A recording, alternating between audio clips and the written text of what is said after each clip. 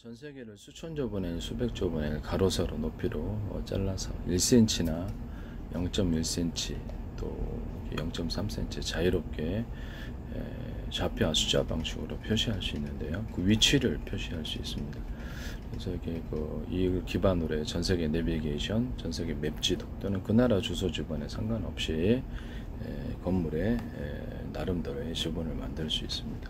군사적이든 상업용이든 가능한데요. 이거는 간단한 방식이지만 팬티 하나에 구멍 뚫고 전 세계에 특허나듯이 획기적인 단순한 아이디어와 어떤 굉장히 실용도가 굉장히 좋다라는 거죠.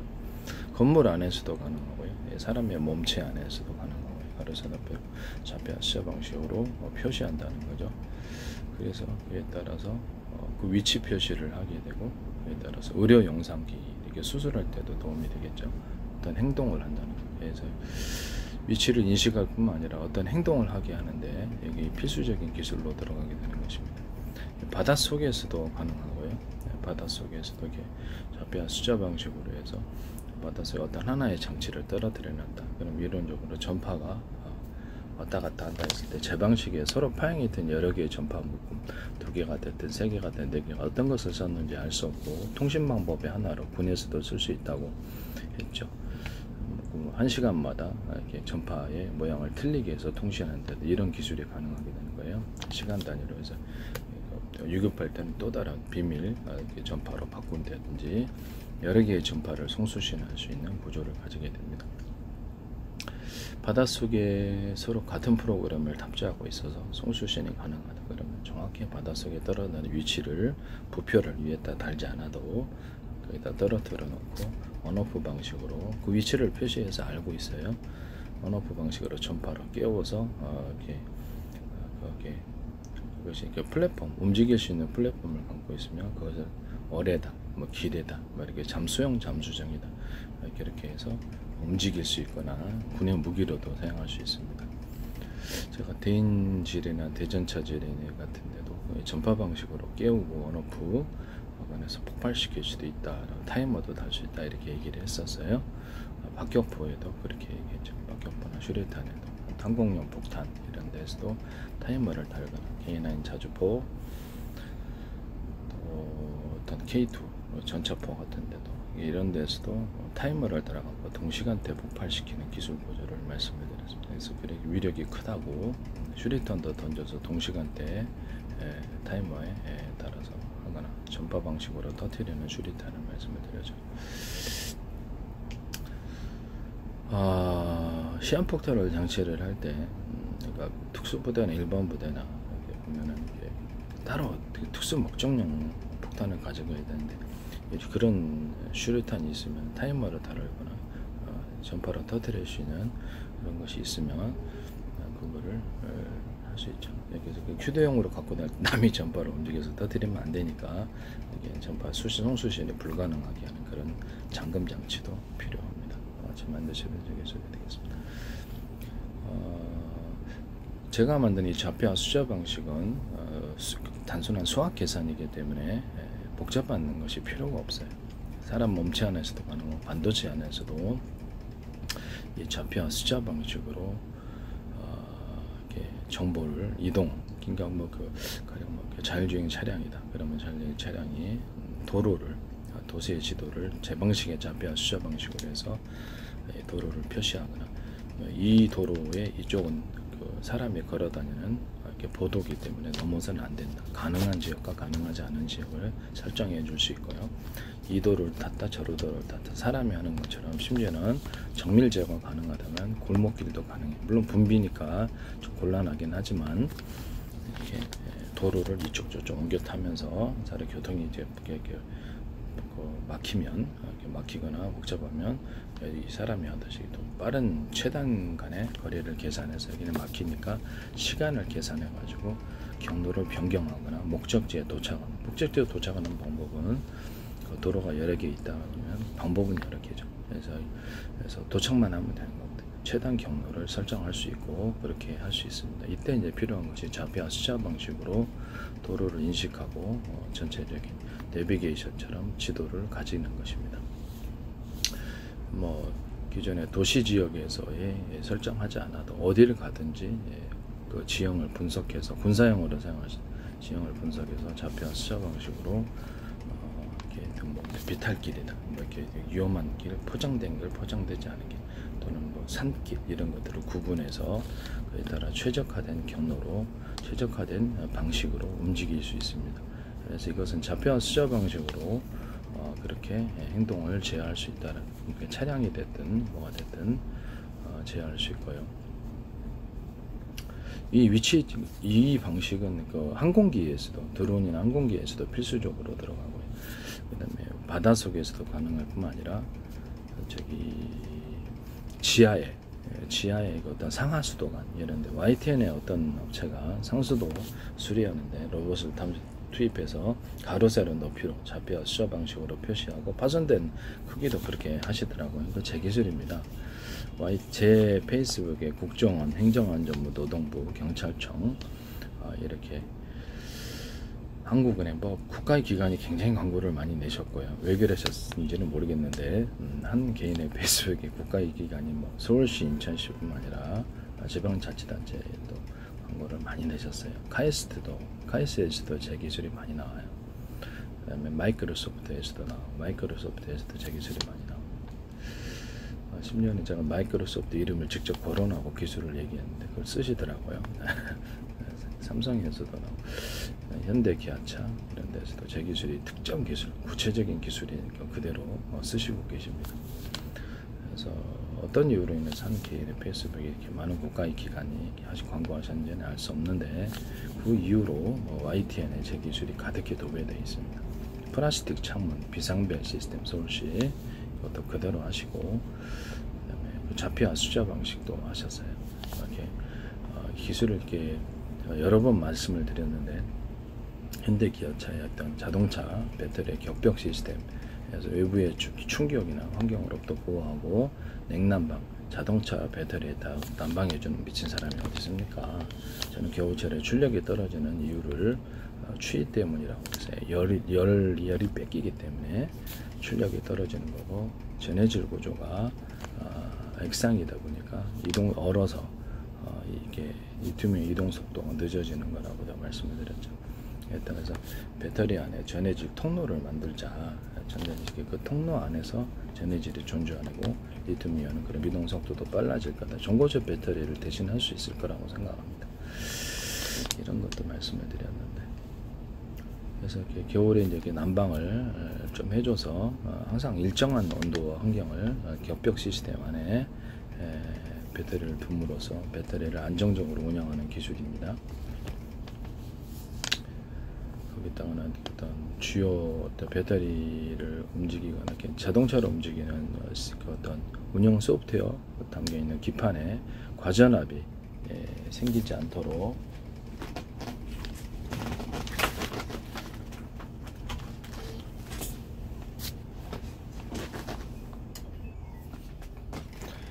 자동차 배터리 기판에 또 주요 어떤 배터리로부터 전력을 공급받는 게 아니라 따로 배터리가 따로 있어서 주요한 어떤 그 배터리에 보면은 과전압이 많이 생기잖아요. 어떤 이유로 외부 충격으로 인해서든 과속이 일어난다거나 급발진 이런 현상이 일어나거나 자동차 문이 안 닫히는 이런 현상이 안 열리는 이런 현상이 일어나기도 하고, 그래서 그것과는 따로 배터리를 마련해서 기판을 움직이는 이런 부분에는 안정적인 배터리, 안정적인 전압이 가도록 하는 이런 장치. 그리고 기반에는 이제 과전압이 들어오면 스스로 차단시키고 거기 있는 비상 배터리 같은 이런 시스템을 하나 만들어서 거기서 안정적으로 전력을 자기 스스로, 비상 배터리가 작아도 괜찮죠.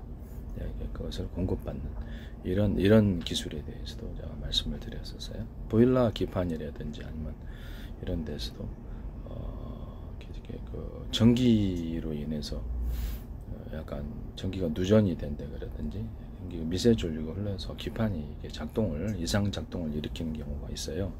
그래서 거기다가 절연 구조를 갖자. 보일러 기판과 컴퓨터 기판, 마더보드 같은데 전원 서플라이어로부터 공급이 전원될 때 이렇게 미세 전류가 흐르기 때문에 내장 사운드가 이게 잡음이 일어나는 거예요. 그래서 마더보드라든지 그래픽보드는 일단 또는 하드디스크 이런데 주요한 부품들에게 절연 구조를 갖춘 채 제품을 내놓으시면 제 기술이고, 또나 컴퓨터 케이스 같은데 케이스 자체를 아예 그냥 플라스틱으로 만들어 가지고 미세 전류가 흐르지 못하게 하는 그런 기술 구조는 제 기술입니다. 절연 구조를 갖거나 플라스틱으로, 광학 플라스틱으로 만들어서 깨지지 않으면서도 그러면 그걸 어떻게 하냐면은 겉에 케이스는 금속, 안에는 이렇게 플라스틱이면 되겠죠.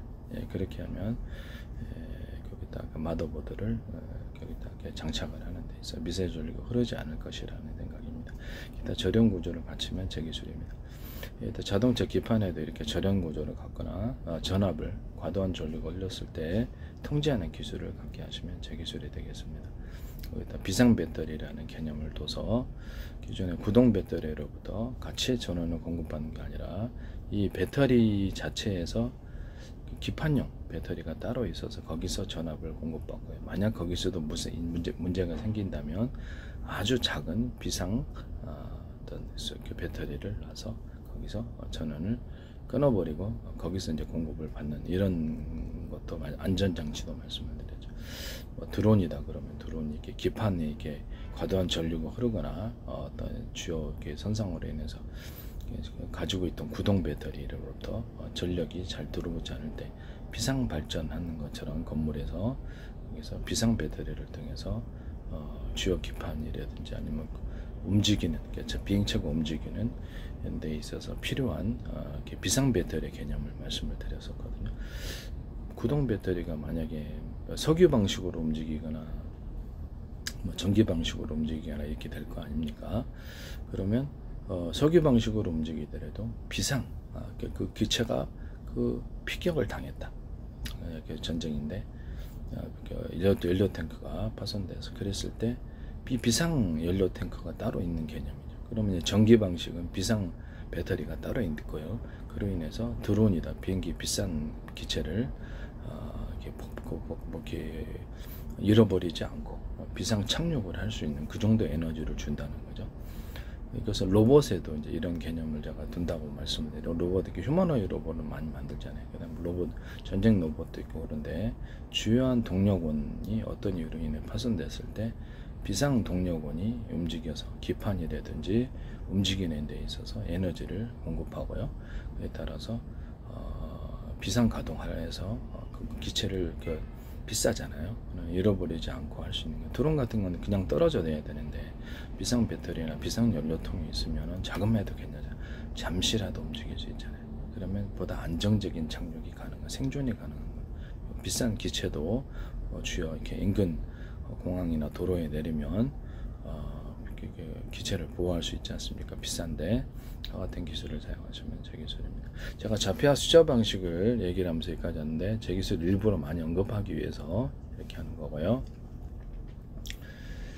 제가 드론 같은 것을 얘기를 했을 때 드론에서 이제 드론이 기존에 그 레제형 드론도 있잖아요. 레제형 드론인데 이게 보통 이렇게 조정을 한단 말이에요. 조정을 하는데 조정이 서툴러요. 조정이 서툴. 그러면 이거를 자동으로 비행하게 할 수 없을까라는 아이디어입니다. 그래서 아까처럼 얘기를 했던 대로 전세기를 수천조 분의 1, 수백조 분의 1 가로 세로 높이로 잘라서 좌표와 숫자 방식으로 표시하고요. 그에 따라서 좌표와 숫자 방식으로 표시하고 이에 따라서 1cm나 0.1cm 뭐 이렇게 0.3cm 자유롭게 조절할 수 있고요. 그래서 가로 세로 높이를 좌표와 숫자 방식으로 그에 따라 내비게이션과 맵 지도를 만든다 그랬죠. 그럼 드론도 그에 따라서 비행 경로를 설정할 수 있겠네요. 자동차도 이렇게 자율주행 자동차도 동일하게 할 수 있어요. 비행 경로를 설정을 해갖고 포인트 되는 이 목적지 되는 점에서 촬영을 하는 드론이라고 합시다. 녀석이 다 이렇게 영상 기기를 카메라 달고 있으니까 그럼 여기서부터 여기까지를 촬영한다라고 했을 때 촬영 포인트 한 군데서 머물러서 할 수도 있지만 왔다 갔다 하면서 계속 촬영할 수 있잖아요. 그죠? 그럼 목표 지점을 하나 아니라 몇 개를 줘서 순찰을 하는 식으로 5군데다 그럼 5군데 포인트를 딱 좌표 수정을 주면 지가 알아서 그 주위를 계속 돌면서 촬영을 하는 거예요.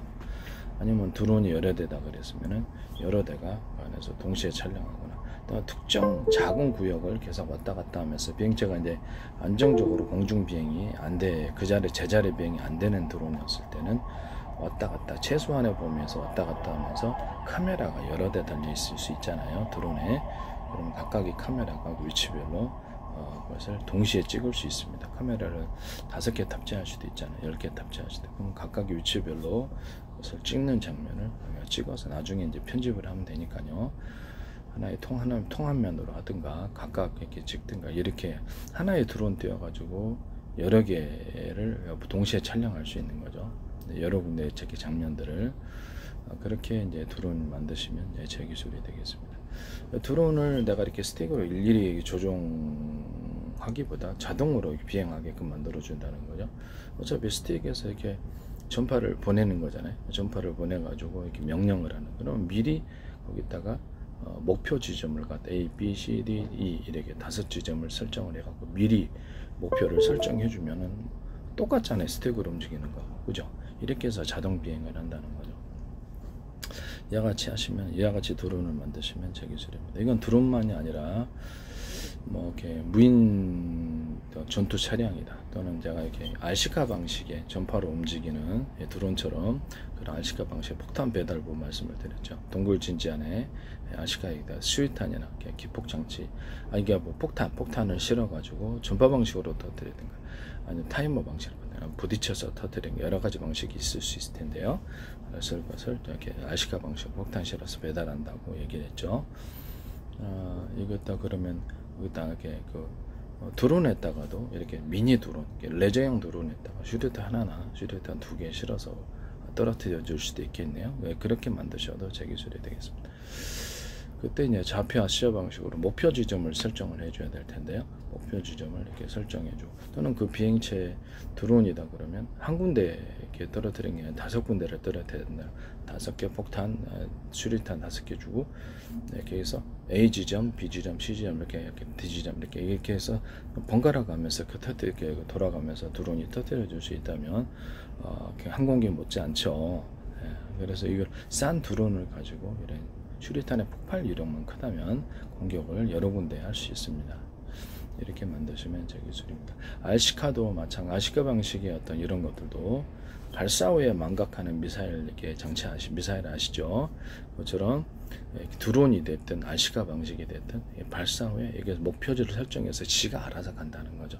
경로를 지가 알아서 최적화된 경로를 스스로 설정하고 좌표 방식으로 이렇게 하면 싸게 무인 공격하는 차량, 무인 공격하는 RC카 방식의 공격기, 또는 RC카 방식처럼 이렇게 자동으로 이렇게 전파로 조종하는 싼 드론을 가지고도 공격기로 만들 수 있어요. 크기별로 다양하겠죠. 폭탄을 많이 실은 것과 많이 시키지 않은 자그마한 것부터 큰 이렇게, 그러니까 가격대가 있겠죠. 그러면 바닷속에서도 이렇게 어떤 플랫폼, 무인 이게 전파로 움직이는 이제 어뢰 말씀을 드렸죠. 전파로 움직이는 어뢰와 전차로 움직이는 기뢰, 이게 플랫폼을 탑재하고 있고 움직여요. 뭐 작은 소형 장치를 등에 석유 방식이 됐든 뭐가 됐든 프로펠러를 움직이고, 따라서 공중이 약간 프로펠러가 공중에 약간 떠 있어서 무리를 살짝 뜨는 이런 식으로 속도를 빨리 하기 위해서 살짝, 그럼 요격도 어렵단 말이에요.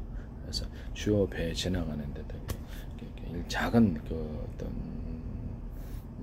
작은 이렇게 어떤 움직일 수 있는 플랫폼이죠. 그것이 이제 보트 방식이 될 수도 있고, 작은 이렇게 장치가 RC카처럼 작은 장치가 될 수도 있고요. 폭탄을 싣고 거기서 부딪혀주는 거죠.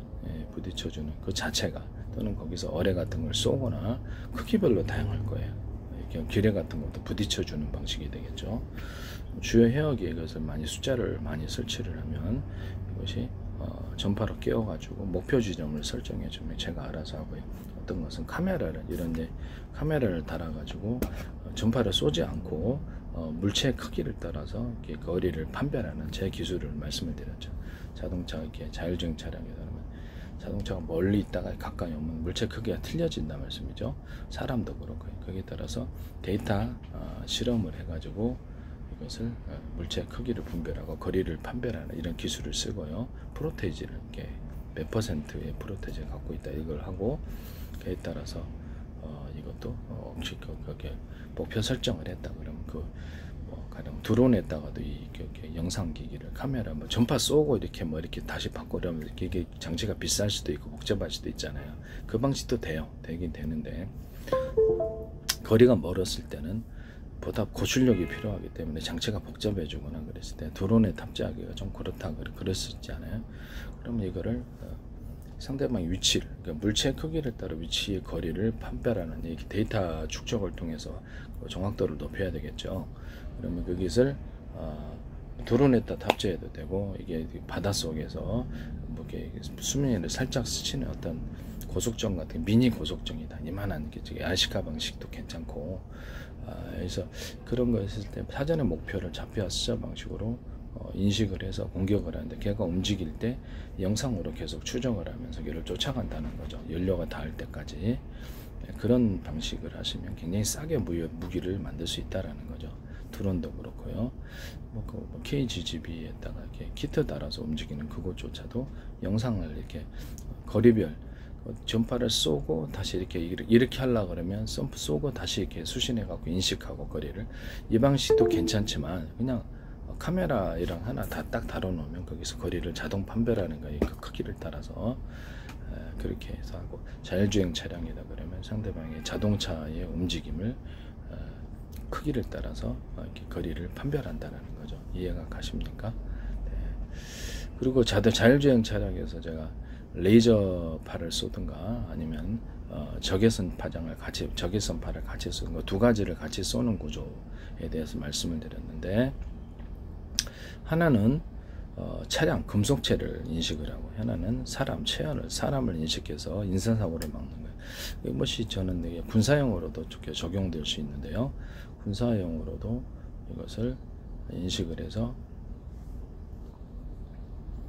군사용으로 이렇게 헬기다, 이렇게 드론이다 했을 때 전파를 두 개를 쏘는 거예요. 하나는 이렇게 차량, 일반 전파를 쓰는 거예요. 그 차량이라도 금속체 무기를 발견하는 거. 하나는 사람을 발견하는 거. 두 개를 동시에 쏴서 전장의 상황을 인식해서 그에 해당하는 조치를 취한다는 거죠. 원래는 이게 수소산소 추출할 때 방식인데, 수소산소를 이렇게 물이다 그러면 거기다 투영을 할 때 서로 파형이 틀린 마이크로웨이브 이렇게 파형을 여러 개를 묶어서 쏘는 거예요. 그것도 길이를 틀리기 위해서 이렇게 상중하, 길이를 틀리기 위해서 물을 동시에 끓이는 구조로 들어간다고 말씀을 드렸죠. 물을 동시에, 전파 우리 전자레인지에서 물 데우잖아요. 물 뜨겁게 데웁니다. 전파로 물을 데울 수 있고요. 그래서 서로 파형이 여러 개의 전파를 묶으면 강한 융합 현상이 생긴다고 하면, 그래서 융합열이 발생한다고. 에이사레이다에서도 서로 파형이 여러 개의 전파를 묶어서 그 전투기를 공격한다고 했을 때 탐지도보다 거리가 멀리 가고, 통신 방법으로도 사용할 수 있다 그랬잖아요. 워키토키 방식, 스마트폰 방식, 위성에서 통신하는 방식도 서로 파형이 여러 개의 전파 묶음을 한다면, 군에서 드론 조종할 때도 이런 전파를 쓰시면 거리가 굉장히 멀리서도 조절할 수 있어요. 멀리 가고 뚜렷하고, 전자전기로도 전자전에서도 굉장히 신호가 방해받지 않고, 서로 파형이 여러 개의 전파라는 것은 두 개를 썼는지 세 개를 썼는지 네 개를 썼는지 알 수가 없고요. 어떤 전파를 썼는지 알 수가 없어요. 시시각각으로 통신을, 전파의 파형을 바뀌어서 1시간마다 틀리게 다른 전파로 통신할 수도 있고 그렇습니다. 이런 개념의 스마트폰, 워키토키, 드론 조종, 이런 전파 방식을 위성에서도 그렇고 사용하시면 제 기술이 되겠습니다. 그걸 이제 전자전기다 그러면 이렇게 에이사레이다에서 탐지도, 이 방식은 멀리 가요. 다른 방식에 비해서 에이사레이다에서 이 기술을 쓰시면 제 기술입니다. 그 다음에 상대방 전투기에 부딪혔을 때 강한 융합 현상을 나타냅니다. 융합열이 발생해서 기판을 태운다든지 저승사를 공격하든지 이런 현상을 일으킬 수 있고요. 지상 공격 무기로 만들어 놨을 때도 이렇게 상대방에게 이렇게 전자레인지에서 고기 익히듯이 사람을 익히거나 전차 같은 거 이런 것도 이렇게 마치 탄소소멘트처럼 전기가 닿으면 이게 이렇게 완전히 그 안을 완전히 태워버리는 구조로도 가질 수 있어요. 상대방의 어떤 그 레이더를 태우거나 이렇게 전파를 보내서 상대방의 전투기를 태우거나 이것도 가능하듯이 지상 차량도 가능합니다. 그 이전에 작은 송수신 장치를 갖다가 부착하는 방식도 있을 수 있어요. 싸가지고 다다다다 붙여줘가지고 수신 장치를 만들어가지고 전파를 그쪽으로 피레츠처럼 유도를 하는 그런 기술도 있을 수 있다라는 거예요. 그러나 그런 거 필요 없이 그냥 금속체라면 자동으로 전파가 찾아가도록 그렇게 해서 서로 파형이 될 여러 개의 마이크로웨이브 전파 또는 서로 파형이 될 여러 개의 적외선 전파를 같이 쏘면 지상을 태우는 공격 무기가 될 수 있습니다. 또는 대공 무기로도 대공 방공 특정 공항이다 그러면 이것을 대공 무기로도 이렇게 쏴가지고 그 안에서 금속체라면 자동으로 터뜨려지는 기술 구조를 만들어 줄 수 있고 그래서 그 전파 방어막을 만들어 줄 수 있습니다.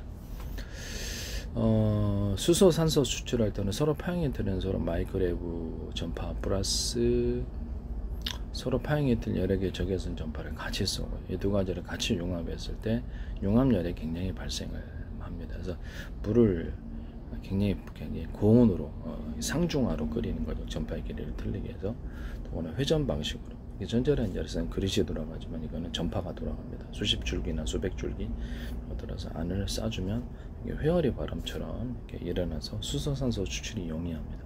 여기다가 압축 공기를 추가로 쏴줄 수 있습니다. 이 방식을 사용하시면 저 기술입니다. 여기다가 더하여서 수소산소 추출할 때 밑에서 석유 방식이 됐든 어떤 방식이 됐든 전기로 끓이든 같이 이것을 동원해서 물을 끓여주는 이런 기술 구조도 있을 수 있다. 그것도 같이 겸할 수 있다는 거죠. 그렇게 하시면 제 기술입니다. 석유 같은 거 추출할 때 제가 제 기술 일부러 언급을 많이 하는 거예요. 석유 같은 것을 추출하기 위해서 수소를 현재 넣잖아요. 그러면 산소를 같이 넣어주는 기술 구조를 하시면은 제 기술이 되겠습니다. 그렇게 되면 보다 고순도의 어떤 석유를 얻을 수 있습니다. 이 기술은 단순한 아이디어지만 해보시면 틀리리라고 생각합니다.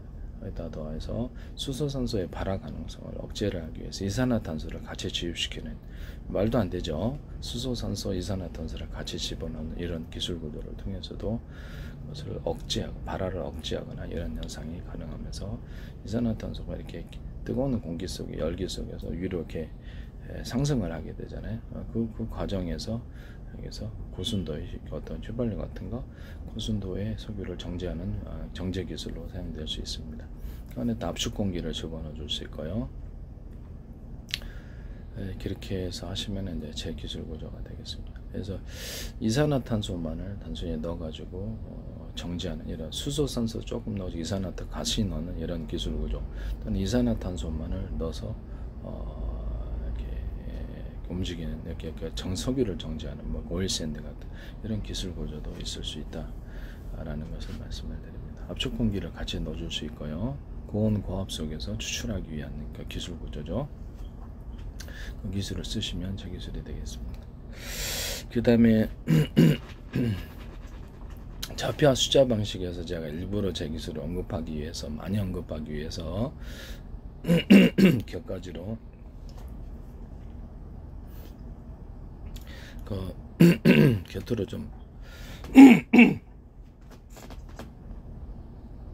곁으로 좀 벗어났는데 좌표와 숫자 방식을 계속 말씀을 드리겠습니다. 좌표와 숫자 방식을 해서 한 군데 드론이다 그러면 목표 지점을 설정해서 자율주행 차량 같은 거 보면 도로를 타고 이렇게 해서 어떤 특정 목표에 도착하라는 그런 명령을 줄 수 있잖아요. 거기에다가 움직일 수 있는 보도 같은 걸 이렇게 침범하면 안 되잖아요. 빌딩이 있는 걸 빌딩 부딪히면 안 되잖아요. 움직일 수 있는 공간과 움직일 수 없는 공간을 좌표와 숫자 방식으로 분석합니다. 이 기술이 이제 드론에서도 적용이 되거나 로봇, 실내 안에서 이렇게 작업 로봇일 수도 있고요. 아니면 호텔 서비스 로봇일 수도 있고요. 사람 막 치고 가면 안 되잖아요. 그죠? 그리고 벽 뚫고 가면 안 되잖아요.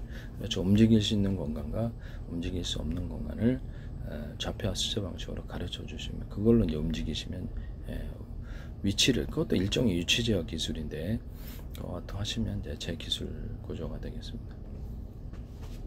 좌표와 숫자 방식이 들어가고요. 그래서 이렇게 해서 뭐 배달 로봇이다 그러면 호텔에 이렇게 배달 이렇게 뭐 물건을 갖다 여러 가지 여러 개 호실을 드나들 수 있잖아요. 거기 여러 개를 해서 호텔의 로봇 서비스 로봇이다, 음식 로봇이다. 이거는 3층에 어디에 갖다 줘? 이게 3층에 몇 호실에 갖다 줘? 10개, 5개를 한꺼번에 음식을 갖고 간다고 합시다. 로봇이 하나 움직일 때 이 기술을 사용하시면 제 기술입니다. A 호실에 그러면 거기는 이제 그 302호실이다 그러면 좌표와 숫자가 있고 505호실이다 그러면 좌표와 숫자가 있단 말이에요. 거기다가 이렇게 경로를 자동 설정해주고 목표를 따라서 배달해줘요. 이해가 가시죠? 예. 여러 군데를 배달할 수 있다라는 거죠. 이런 방식을 사용하시면 제 기술이 되겠습니다. 뭐 방법에는 뭐 엘리베이터를 타는 방법도 있고 뭐 그렇게 되겠습니다. 목표를 여러 군데 설정해서 갖다 놓을 수 있다는 그런 로봇 만드시면 제 기술이 되겠습니다. 그 다음에 로봇이 휴머노이드 로봇이다 그러면 이렇게 몸에서도 이렇게 잡혀서 휴머노이드 로봇은 보다 인간처럼 정밀한 움직임을 가져야 됩니다. 그러기 위해서 자신의 위치를 물론 전 세계로 수천조 번에 수백조 번에 가로 세로 높이로 좌표와 숫자 방식으로 1cm는 0.1cm, 0.4cm 좌표와 숫자 방식으로 표시하고요. 가로 세로 높이로 잘라서 그에 따라 내비게이션과 맵 지도를 만들 수 있다고 그랬죠. 건물 안에서도 지도를 만들 수 있어요. 스스로 건물 안에서 건물의 가로 세로 높이 움직일 수 있는 공간과 움직이는 벽 뚫고 나가면 안 되잖아요. 건물 아니더라도. 그래서 기둥도 있을 수 있고 벽도 있을 수 있단 말이에요. 그럼 움직일 수 있는 공간과 움직이지 없는 공간을 구별을 해준다는 거죠. 그래서 사람 같은 거 부딪히면 안 되니까 어떤 장비가 있다. 그것도 인식을 해서 거기에서는 부딪히면 안 된다라는 명령어도 넣어줄 수 있고요. 그래서 움직일 수 있는 행동 반경과 그렇지 않은 것들 구분해 준다는 거죠.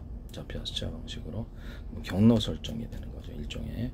그래서 목표 지적, 물건을 갖고 오는 거다. 그러면 물류센터에서 물건 갖고 온데 이런 식으로도 되고 갖다 놓는 것도 되고 이 좌표 숫자 방식으로 움직이는데요.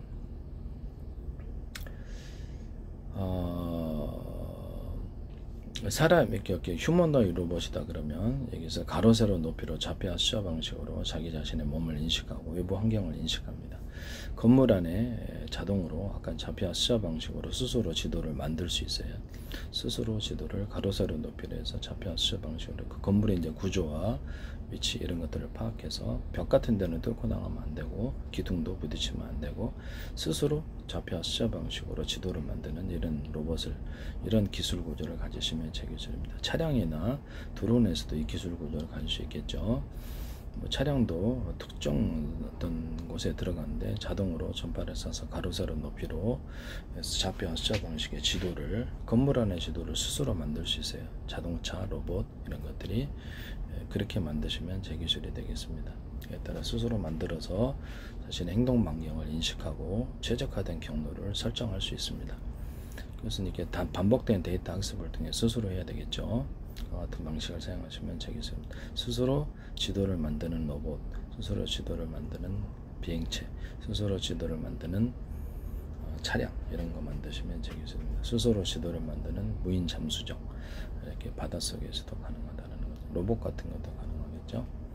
상하수도원 같은 것도 가로 세로 높이 좌표하셔 스스로 지도를 만들어서 움직이는데 땅 속에서도 가능합니다. 그리고 이것을 자기 몸을 휴머로고 가로 세로 높이로 좌표하시고 1cm나 0.1cm 뭐 그 이하로도 가능하겠죠. 좌표하시 방식으로 자기 몸을 인식하고 외부 환경을 인식하는 두 가지가 있게 되겠죠. 그러면 그랬다. 그래서 이런 기술 구조를 가지시면 제 기술 구조가 되겠습니다. 정보의 이동을 제가 CPU, GPU 이런 데 반도체에서도 반도체나 또 마더보드 이런 기판 이런 데서 가로 세로 높이로 해서 좌표와 숫자 방식으로 인식을 한다고 따라서 자율주행 차량이 최적의 이동 경로와 목적지를 설정해 줄 수 있잖아요. 그럼 목적지가 여러 군데일 수도 있다고 5군데다 이렇게 5군데 배달할 수도 있잖아요. 그러면 CPU, GPU나 이런 반도체에서도 그럴 수 없을까요? 그럴 수 있습니다. 가로 세로 높이로 해서 좌표와 숫자 방식으로 반도체 안 또는 되게 컴퓨터 안, 마더보드 안 이런 기판 구조 안에서도 가로세로를 좌표 수저 방식으로 해서 최적의 이동 경로를 가질 수 있습니다. 그래서 최적 이동 경로를 설정하고 그래서 목표지를 한꺼번에 뭐 10개를 일을 시킬 수도 있잖아요. CPU 같은 데는 뭐 GPU. 그러면 거기에 따라서 목적지를 설정해 주고 이런 방식으로 똑같이 움직입니다. 반도체 안에서도 이 좌표 수저 방식으로 이렇게 하시면 제 기술입니다. 지금 제 기술 일부러 언급을 좀 많이 하기 위해서 그러는데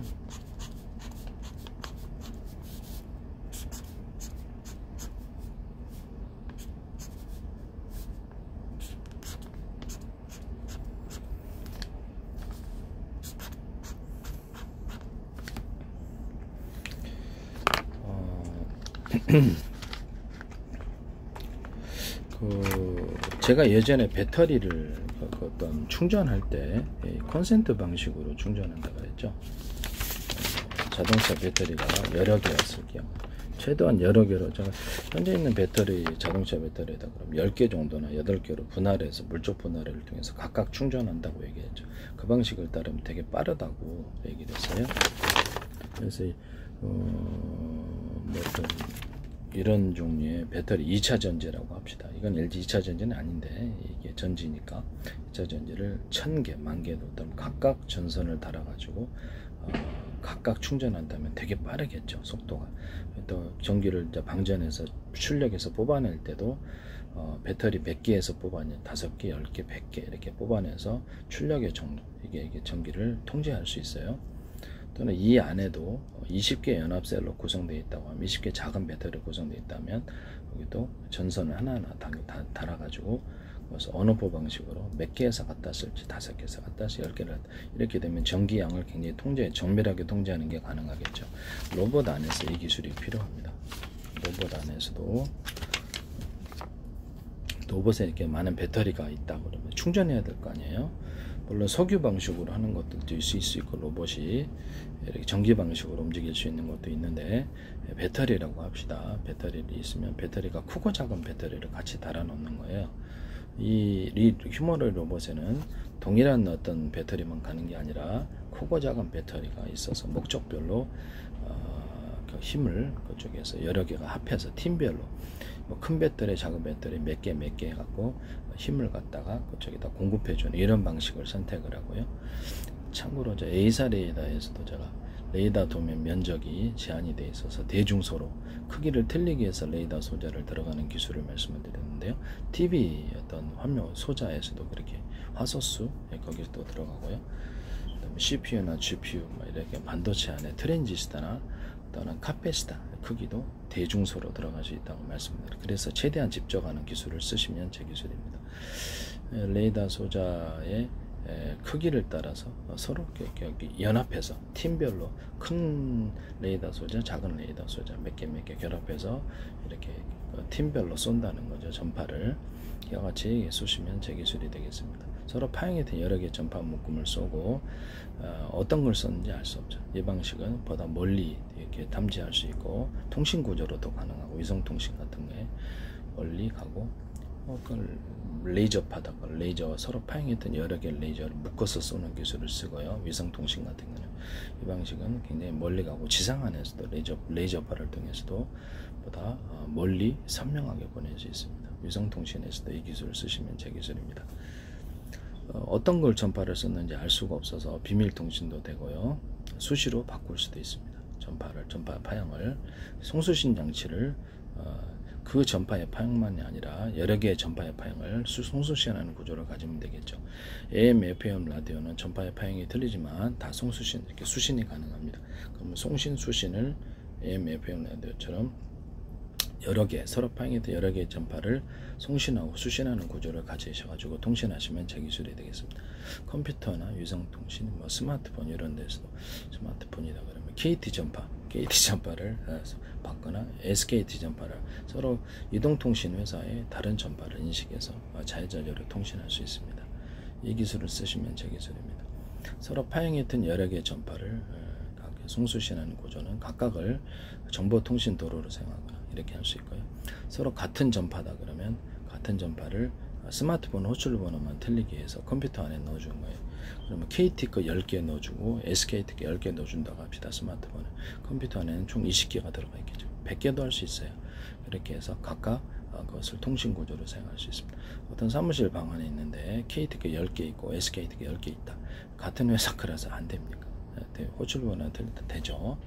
그렇게 해서 통신 구조를 만드시면 제 기술이 되겠습니다. 서로 다른 파형이라도 이렇게 같은 호출 번호만 틀리게 해서 10개씩 틀리게 그렇게 신호를 잡을 수 있고요. 그래서 정보통신 도로로 통로로 사용한다는 거죠. 그와 같이 위성통신, 컴퓨터, 스마트폰 이 방식을 사용하시면 제 기술이 되겠습니다.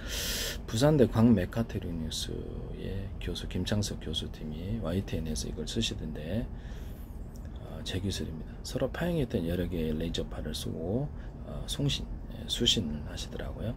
그래서 나그를 깜짝 놀랐다. 되게 비싼 기술이 될 수 있는데 그래서 제 기술이라는 걸 말씀드립니다. 적외선 파형은 같이 안 쓰시는지 또는 좌표와 숫자 방식은 안 쓰시는지 궁금하군요. 저는 제가 만든 기술이라서 금방 알아봤습니다.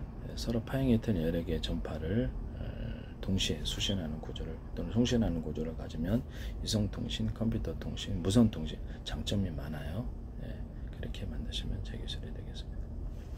동시에 많은 일을 한꺼번에 처리할 수 있죠. 우리가 보면은 이렇게 AM, FM 라디오에서 하나만 청취하잖아요. 그럼 10개를 동시에 청취하는 구조가 있다 그러면 그게 전파를 통해서 정보가 왔다 갔다 한다는 겁니까? 왔다 갔다 한다는 거겠죠.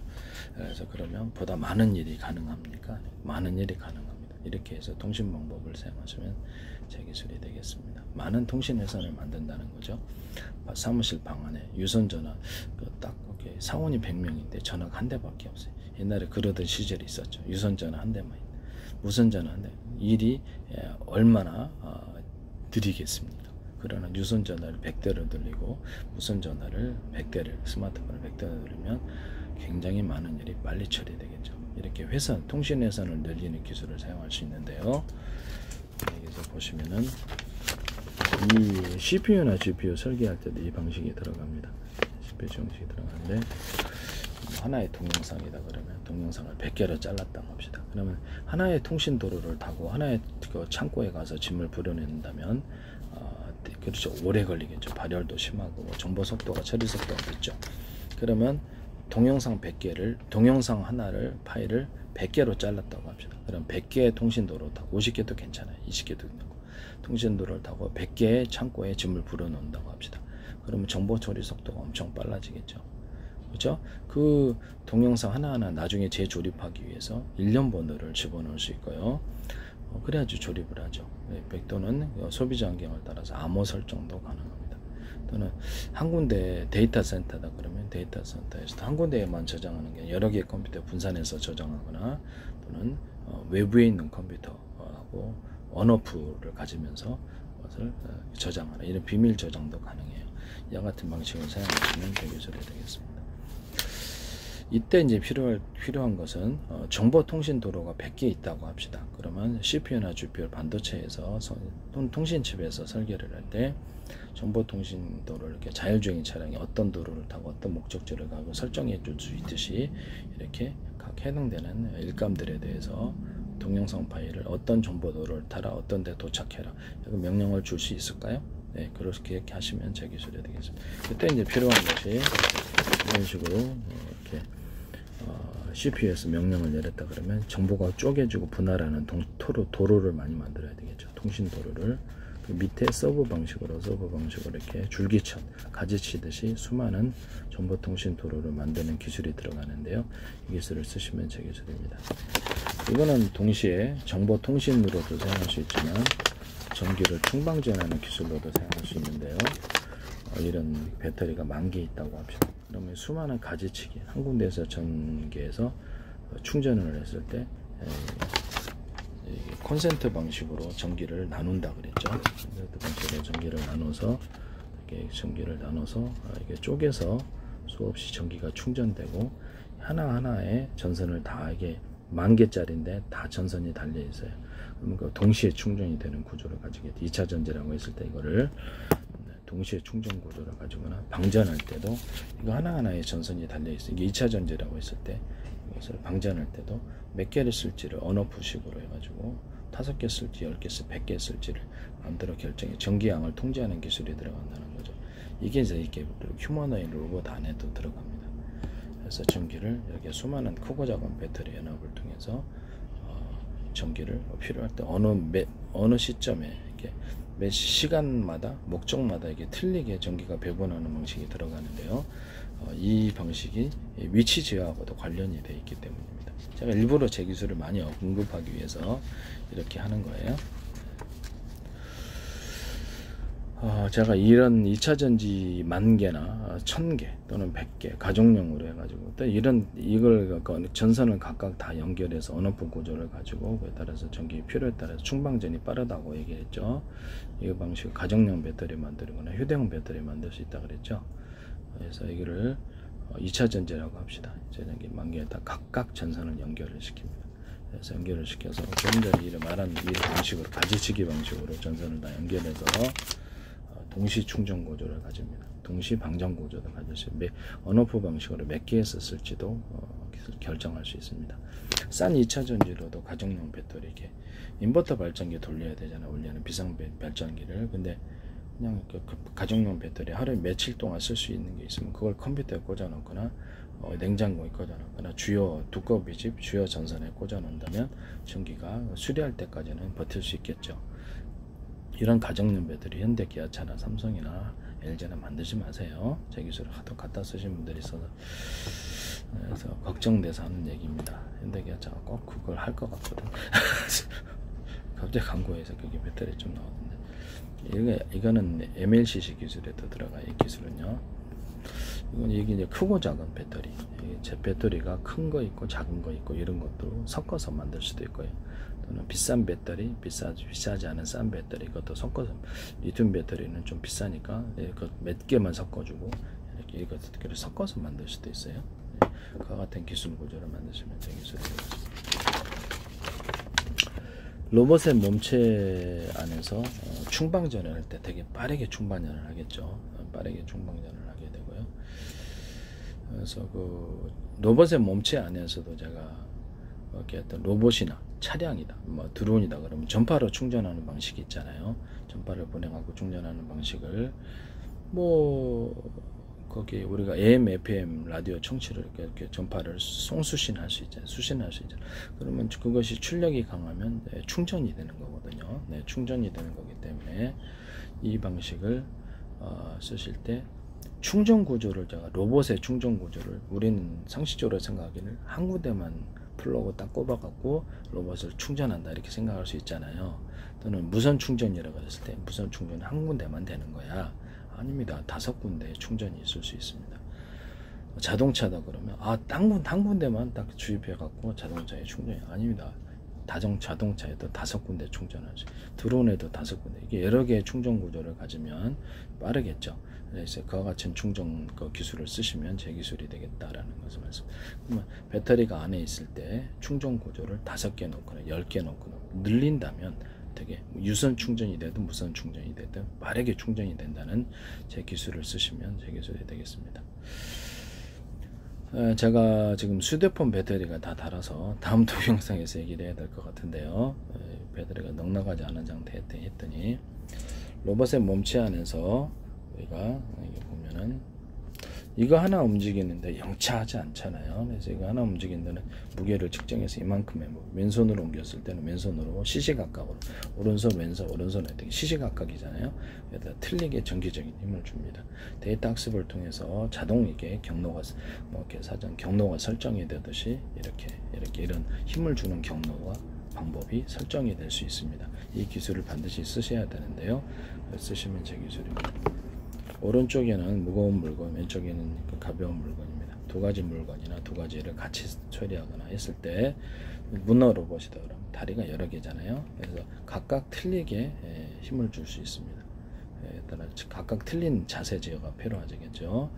그래서 이건 무게를 인식해서 그만큼의 전기적인 에너지를 줘야 되고 이건 무게에서 이만큼 불필요한 이거 하나 드는데 영차 온 힘을 쓰진 않아요. 이 정도면 딱 힘을 주죠. 그러면 전기적인 낭비가 없겠죠. 같이 하시면 제 기술에 이런 기술이 반드시 들어갑니다. 오른쪽 왼쪽 달린다 로봇이 휴머니. 그러면 오른쪽으로 가서 오른쪽으로 힘을 주어가지고 이렇게 팔을 흔드니까 오른쪽에 더 많이 힘을 주고 왼쪽에 힘을 빼고 이렇게 이런 식으로 힘을 그 시시각각으로 틀리게 줍니다. 이해가 가시죠? 뒤로 갈 때는 뒤로 힘을 주고 앞으로 갈 때 앞으로 힘을 주고 몸을 아래로 구부릴 때는 아래로 힘을 주죠. 이렇게 힘의 방향을 제어를 하는데요. 그에 따라서 시시각각으로 그 목적을 따라서 좌우 틀리게 에너지를 줄 수 있다는 거예요. 그를 통해서 조향이 가능하고 자기 몸을 제어하고 위치를 제어할 수 있습니다. 그와 같은 기술을 사용하시면 제 기술입니다. 이때 필요한 것이 자기 몸을 가로 세로 높이 좌표와 수저 방식을 인식해서 그 좌표와 수저 방식을 따라서 정확한 이렇게 사람의 차량의 자율주행 차량의 경로를 설정하고 최적의 경로를 설정하고 목적지를 도착하듯이 해서 최적의 힘을 배분하고 최적의 전기 에너지를 배분하고 시시각각으로 따라서 목적을 이루는 이런 기술을 쓴다는 거죠. 이 기술을 쓰시면 제 기술입니다. 그럼 정밀한 자신의 몸에 대한 제어가 가능하겠죠. 이렇게 머리 쪽에는 몇 퍼센트의 힘, 에너지가 들어게 전기적인 에너지를 주고 몸 전체를 움직여야 되니까 이쪽에는 몇 퍼센트, 이쪽에는 몇 퍼센트, 왼쪽으로 다리도 몇 퍼센트, 몸체는 몇 퍼센트. 이것이 정밀한 제어를 통해서 자기 몸을 제어하는 기술로서 발전하게 된다는 거죠. 이와 같이 만드시면 되겠어요. 그때 이제 좌표와 수저 방식으로 자기 몸을 인식해서 거기 해당되는 부위에 해당되는 전기적인 에너지를 줘야 된다는 거죠. 이해가 가시죠? 이것은 데이터 학습을 통해서 학습돼야 되고요. 그에 따라서 최적의 힘을 배분할 수 있습니다. 그러면 전기적인 용량이 충분하지 않을 때 이거 하나 드는데 0차 드는 게 바보잖아요. 이 정도 힘만 딱 주면 되는 거죠. 이것이 이렇게 움직일 때 시시각각으로 틀려지게 이렇게 전기적인 에너지를 줄 수 있어요. 그래야지 휴머노이드 로봇이 정밀한 움직임이 제어가 가능합니다. 뭐 사람처럼 부드러운 이렇게 움직임이 가능하겠죠. 이 기술이 꼭 필요할 텐데요. 그때도 좌표와 수저 방식으로 전기적인 에너지를 틀리게 시시각각으로 목적별로 틀리게 정해주고 마치 자율주행 차량이 최적의 어떤 움직이는 도로 움직이는 경로와 목적지를 설정하듯이 최적의 힘의 배분과 거기에서 그 목적을 달성하기 위한 전기적인 이렇게 배분이 이루어지게 되는 것입니다. 그에 따라서 자기 몸을 효율적으로 통제하거나 이렇게 움직일 수 있습니다. 이렇게 하시면 제 기술이 되겠습니다. 남의 기술을 도둑질해 상업화시키지 맙시다.